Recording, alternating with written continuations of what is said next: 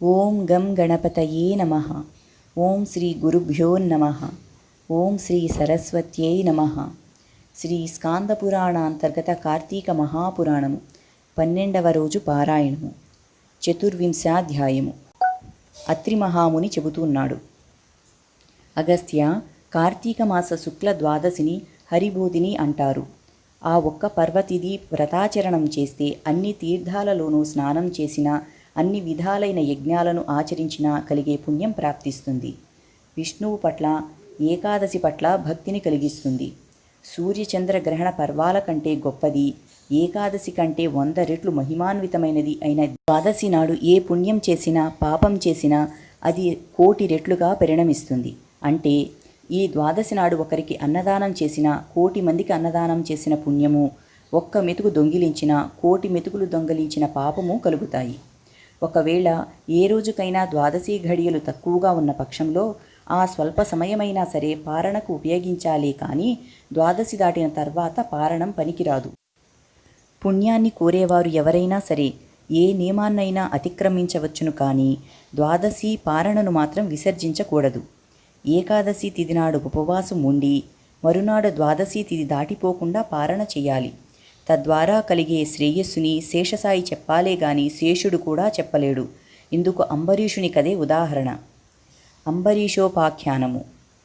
ద్వాదశి వ్రతాచరణ తత్పరుడు, పరమ భాగవతోత్తముడు అయిన అంబరీషుడనే మహారాజు ఒకానొక కార్తీక శుద్ధ ఏకాదశి నాడు ఉపవసించి మరునాడు ద్వాదశి ఘడియలు స్వల్పంగా ఉన్న కారణంగా తిథి దాటకుండా పారణ చేయాలని అనుకున్నాడు. అదే సమయానికి దుర్వాస మహర్షి వచ్చి ఆనాటి ఆతిథ్యంలో తనకు కూడా భోజనమును పెట్టవలసిందిగా కోరాడు. అంబరీషుడు ఆయనను ద్వాదశి పారణకు ఆహ్వానించాడు. తక్షణమే దుర్వాసుడు స్నానాద్యనుష్ఠానార్థం నదికి వెళ్ళాడు. అలా వెళ్ళిన ఋషి ఎంతసేపటికి మళ్ళీ రాకపోవడంతో అంబరీషుడు ఆతృతపడ్డాడు. ఆ రోజున ద్వాదశి ఘడియలు స్వల్పంగా ఉన్నాయి. కాలాతిక్రమణం కాకుండా పారణ చేసి తీరాల్సి ఉంది. అతిథి వచ్చే వరకు ఆగడం గృహస్థ ధర్మం, దానిని వదలలేడు. ద్వాదశి దాటకుండా పారణం చేయడం ఈ వ్రతస్థ ధర్మం, దీనిని వదులుకోలేడు. అదీగాక హరిభక్తి పరిత్యాగో ద్వాదశి త్యాగతో భవేత్ యతో నుపోషితో భూయా కృత్వా సమ్యక్ గుపోషణం పూర్వం ద్వాదశ సంఖ్యాకే పురుషో హరివాసరే పాపముల్లంఘనే పాపాత్ నైవ యుజ్యం మనీషిణా. ద్వాదశి వ్రతాన్ని ఉల్లంఘించినవాడు విష్ణుభక్తిని విసర్జించినవాడవుతారు. ఏకాదశిన ఉపవాసం చేయలేకపోతే ఎంత పాపం కలుగుతుందో ద్వాదశి నాడు పారణ చేయకపోతే అంతకు రెట్టింపు పాపం కలుగుతుంది.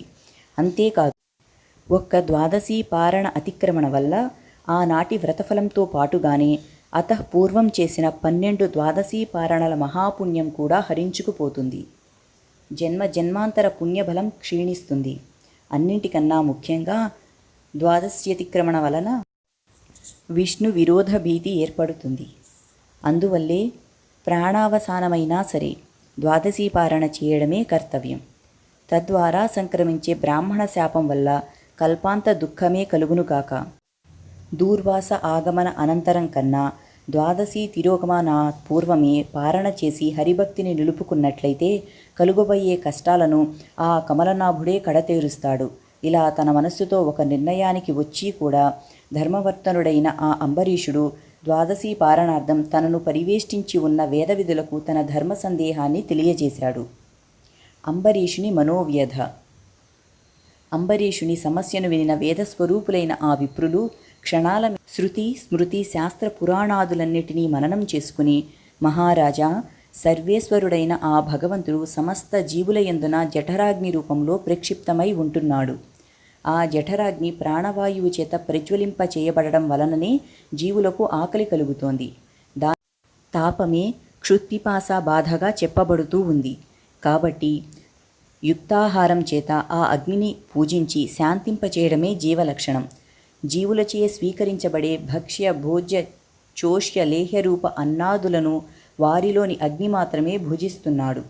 జీవులందరిలోనూ ఉన్న జఠరాగ్ని జగన్నాథ స్వరూపం కనుకనే అధస్వపాకం శూద్రం వా స్వన్య సద్మాగతం శుభం అతిక్రమ్యన భుంజీత గృహమే ధ్యతిదిం నిజం. తన ఇంటికి వచ్చినవాడు శూద్రుడైనా చండాలుడైనా సరే ఆ అతిథిని వదిలి గృహస్థు భోజనం చెయ్యకూడదు. అటువంటి స్థితిలో బ్రాహ్మణుడే అతిథిగా వస్తే అతనిని విసర్జించడం అధమాధమమని వేరే చెప్పనక్కరలేదు కదా. పైగా తనచే స్వయంగా పిలుపబడిన బ్రాహ్మణుని కంటే ముందుగా తానే భోజనం చేయడం బ్రాహ్మణావమానమే అవుతుంది. భూసురావమానం వలన ఆయుష్, ఐశ్వర్యం, కీర్తి, ధర్మం నశించిపోతాయి. మనస్సంకల్పాలు సైతం తిరోహితాలైపోతాయి.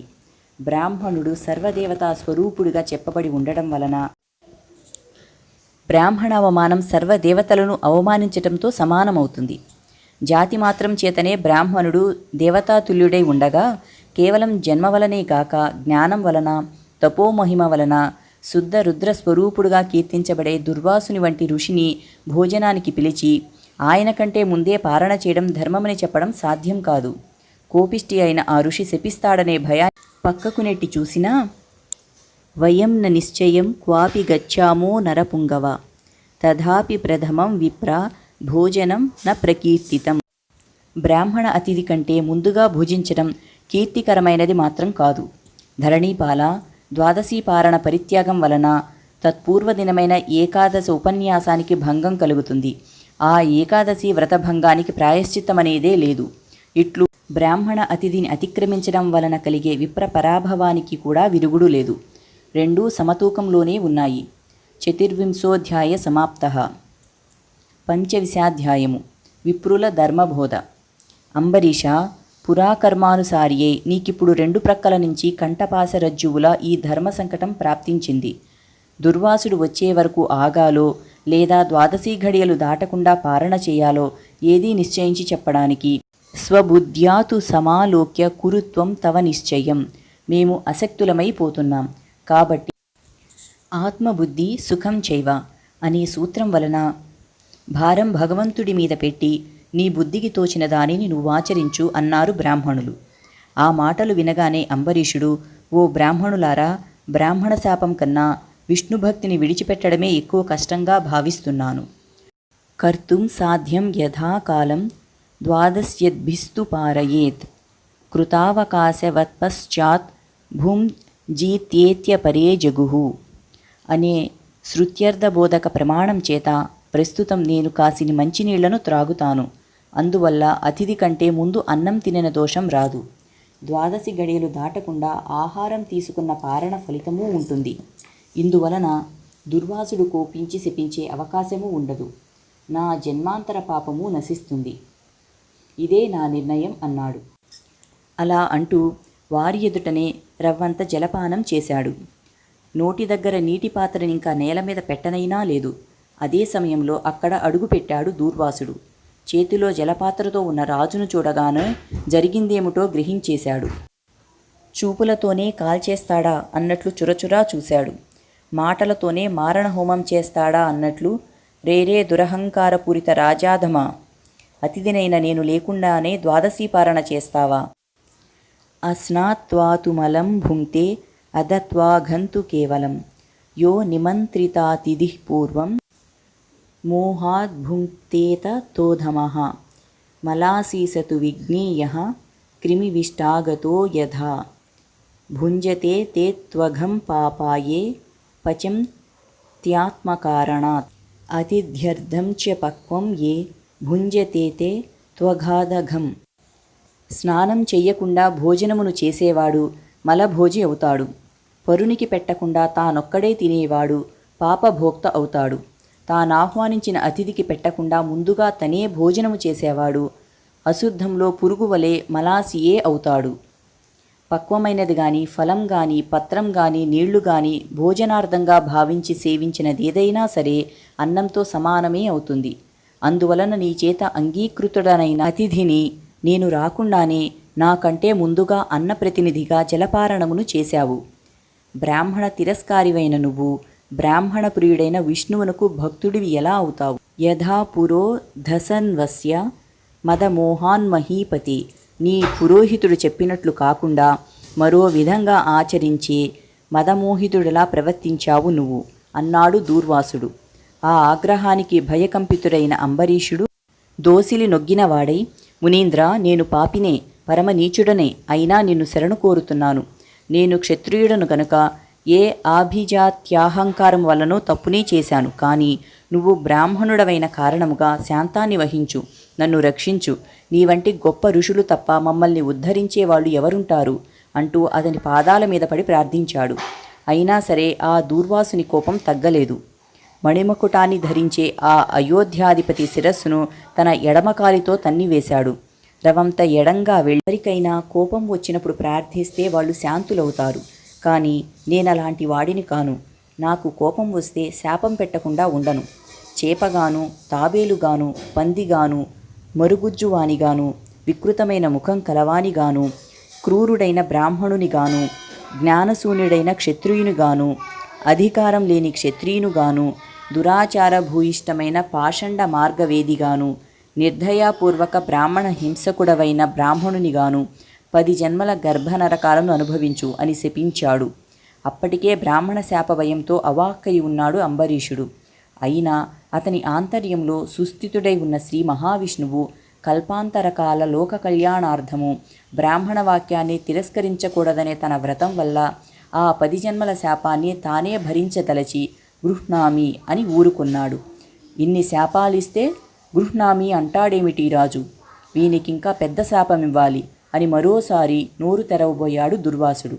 కానీ సర్వజ్ఞుడైన శ్రీహరి దుర్వాసుడి నోట ఇంకో శాపం వెలువడకుండానే భక్తుడైన అంబరీషుని రక్షణార్థంగా తన ఆయుధమైన సుదర్శనాన్ని వినియోగించటంతో అక్కడి పూజాస్థానంలో ఉన్న యంత్రాన్ని ఆవహించి జగదేక శరణ్యము, జగదేక భీకరము అయిన సుదర్శన చక్రము రివ్వున దూర్వాసుని వంకగా కదిలింది. అచేతనాలైన పూజిత సంజ్ఞలలోంచి జడమైన విష్ణుచక్రం దివ్యకాంతి ప్రభా శోభితమైన తన వంకగా కదిలి రావడాన్ని చూడగానే దూర్వాసుడు త్రుళ్ళిపడ్డాడు. ఆ చక్రానికి చిక్కకూడదని భూచక్రమంతా కూడా క్షణాల మీద పరిభ్రమించాడు. అయినా సుదర్శనం అతగాడిని తరుముతూనే ఉంది. బీతావహుడైన ఆ దూర్వాసుడు వశిష్ఠ బ్రహ్మర్షులని, ఇంద్రాది అష్టదిక్పాదులని, చిట్ట చివరికి శివ బ్రహ్మలని కూడా శరణు కోరాడు. కానీ అతని వెనకనే విహ్వల మహాగ్ని జ్వాలాయుతంగా వస్తున్న విష్ణుచక్రాన్ని చూసి ఎవరికి వారే తప్పుకున్నారే తప్ప విడిచి తెగించి ఎవరూ అభయానీయలేదు. పంచవింశోధ్యాయ సమాప్తః. 25వ అధ్యాయము సమాప్తము. షడ్వింశాధ్యాయము. ఈ విధంగా ప్రాణభీతుడైన దూర్వాసుడు సంభవిత లోకాలన్నీ సంచరించి చిట్ట చివరగా చక్రపాణి అయిన విష్ణువు లోకాన్ని చేరాడు. హే బ్రాహ్మణ ప్రియ, మాధవ, మధుసూదన, కోటి సూర్యులతో సమానమైన కాంతిని, వేడిని కలిగిన నీ సుదర్శన చక్రం నన్ను చంపటానికై వస్తూ ఉంది. బ్రాహ్మణ పాదముద్ర సుశోభిత మహోరస్కుడవైన నువ్వే నన్ని ఆపద నుంచి కాపాడాలి అని ఘోషిస్తూ సర్వేశ్వరుడైన ఆ శ్రీహరినే శరణు కోరాడు. విలాసంగా నవ్వాడు విష్ణువు. దూర్వాస, ప్రపంచానికి నేను దైవాన్నైనా నాకు మాత్రం బ్రాహ్మణులే దైవాలు. కానీ నువ్వు సద్బ్రాహ్మణుడవు, రుద్రాంశ సంభూతుడవు అయి ఉండి కూడా అంబరీషుణ్ణి అకారణముగా శపించావు. పారణకు వస్తానని చెప్పి స్నానార్థమై వెళ్ళిన నువ్వు సకాలానికి చేరుకోలేదు. ఆలస్యంగా రాదలుచుకున్న వాడివి నీకోసం ఎదురు చూడకుండా 12 గడియలు గతించిపోకుండా పారణ చేయడానికి అనుమతినైనా ఇవ్వలేదు. 12 దాటిపోకుండా కొన్ని క్షణాలు మాత్రమే వ్యవధి ఉన్న సమయంలో వ్రతభంగానికి భయపడి మంచినీళ్లను తీసుకున్నాడే కానీ ఆకలితోనో నిన్ను అవమానించాలనో కాదు. అనాహారేపి యచ్ఛస్తం శుద్ధ్యర్థం వర్ణీనాం సదా. నిషిద్ధాహారులకు కూడా జలపానము దోషము కాదని శాస్త్రాలు చెబుతుండగా అదేమంత తప్పని నువ్వు శపించాల్సి వచ్చింది? ఆత్రేయ, నువ్వెంత కటువుగా మాట్లాడినా కూడా అతగాడు నిన్ను వినయపూర్వకంగా శాంతించుమని వేడుకున్నాడే కానీ కోపగించుకోనే లేదు. అయినా సరే ముముక్షువైన అతగాడిని నువ్వు 10 దుర్భర జన్మలను పొందాలని శపించావు. నా భక్తులను రక్షించుకోవడం కోసం నీ శాపాన్ని నిమిషంలో త్రిప్పివేయగలను. కానీ బ్రాహ్మణ వాక్యము ఒట్టిపోయిందనే లోకాపవాదము నీకు కలగకుండా ఉండడం కోసం ఆ భక్తుని హృదయంలో చేరి నీ శాపాన్ని సవినయంగా స్వీకరించిన వాడిని, నీ శాపాన్ని అంగీకరిస్తూ గృహ్ణామి అన్నవాడిని నేనే కానీ ఆ అంబరీషుడు మాత్రం కాదు. అతనికి నీవిచ్చిన శాపం సంగతే తెలియదు. ఋషిప్రభు, నీ శాపం ప్రకారంగానే ఈ కల్పాంతాన దుష్టుడైన శంఖాసురుణ్ణి సంహరించేందుకు, శిష్యుడైన మనువును ఉద్ధరించేందుకు మహామత్స్యంగా అవతరిస్తాను. దేవదానువులు క్షీరసాగరాన్ని మధించే వేళ మందరగిరిని మూపున ధరించడానికి కుదురుగా ఉండేందుకుగాను కూర్మావతారుడను తాబేలును అవుతాను. భూమిని ఉద్ధరించేందుకు, హిరణ్యాక్షుణ్ణి చంపేందుకు వరాహాన్నవుతాను. హిరణ్యకశిపుణ్ణి సంహరించడం కోసం వికృతాననం గల నరసింహ రూపావతారధారుడిని అవుతాను. సర్వదేవతా సంరక్షణ కోసం ధర్మబలుడైనా కూడా దానవుడు కనుక బలి అనే వాడిని శిక్షించేందుకు వామనుడను అవుతాను. త్రేతాయుగమున జమదగ్నికి కుమారుడిగా పుట్టి సాయుధ బ్రాహ్మణుడనై దుర్మదులైన రాజులను దుళ్ళగొడతాను. రావణ సంహారార్థమై ఆత్మజ్ఞానశూన్యుడైన, అంటే నేనే భగవంతుడనే దానిని మర్చిపోయిన మాయా మానుష విగ్రహుడైన దశరథరామునిగా అవతరిస్తాను. ద్వాపరంలో జ్ఞానిని, బలవంతుడును అయి ఉండి కూడా రాజ్యాధికారం లేకుండా రాజు బలరామునకు తమ్మునిగా కృష్ణుడిగా జన్మిస్తాను. కలియుగారంభాన పాపమోహము కొరకు పాషండమత ప్రచారకుడనై బుద్ధుడనని పేరున పుడతాను. ఆ యుగంతాన శత్రుఘాతకుడైన బ్రాహ్మణునిగా ప్రభవిస్తాను. దూర్వాస, నా ఈ దశావతారాలను, ఆయా అవతారాలలోని లీలలను ఎవరు వినినా, చదివినా, తెలుసుకున్నా వారి పాపాలు పటాపంచలవుతాయి. ధర్మానానా విధా వేదే విస్తృత నరజన్మనాం దేశకాల వయోవస్థ వర్ణాశ్రమ విభాగశః. దేశకాల వయోవస్థలను బట్టి వర్ణాశ్రమాలను అనుసరించి ధర్మము అనేక విధాలుగా వేదముచే ప్రవచింపబడి ఉంది. అటువంటి వివిధ ధర్మాలలోనూ కూడా ఏకాదశి నాడు ఉపవాసం, ద్వాదశి దాటకుండా పారణం అనేవి విశ్వజనీనంగా భాసిస్తున్నాయి. అటువంటి వైదిక ధర్మాచరణమును చేసినందుకు గాను నువ్వా అంబరీషుణ్ణి శపించింది చాలక తిరిగి మరో ఘోరశాపమును ఇవ్వబోయావు. బ్రాహ్మణుడవైన నీ వాక్యాన్ని సత్యము చేయడము, భక్తుడైన ఆ రాజును కాపాడుకోవడము రెండూ నా బాధ్యతలే కనుక పునఃశపించబోయే నిన్ను నివారించడానికే నా చక్రాన్ని నియమించాను. ఏవం శ్రీ స్కాందపురాణాంతర్గత కార్తీక మాహాత్మ్యే షడ్వింశాధ్యాయ సమాప్తః. 12వ రోజు పారాయణము సమాప్తము. స్వస్తి.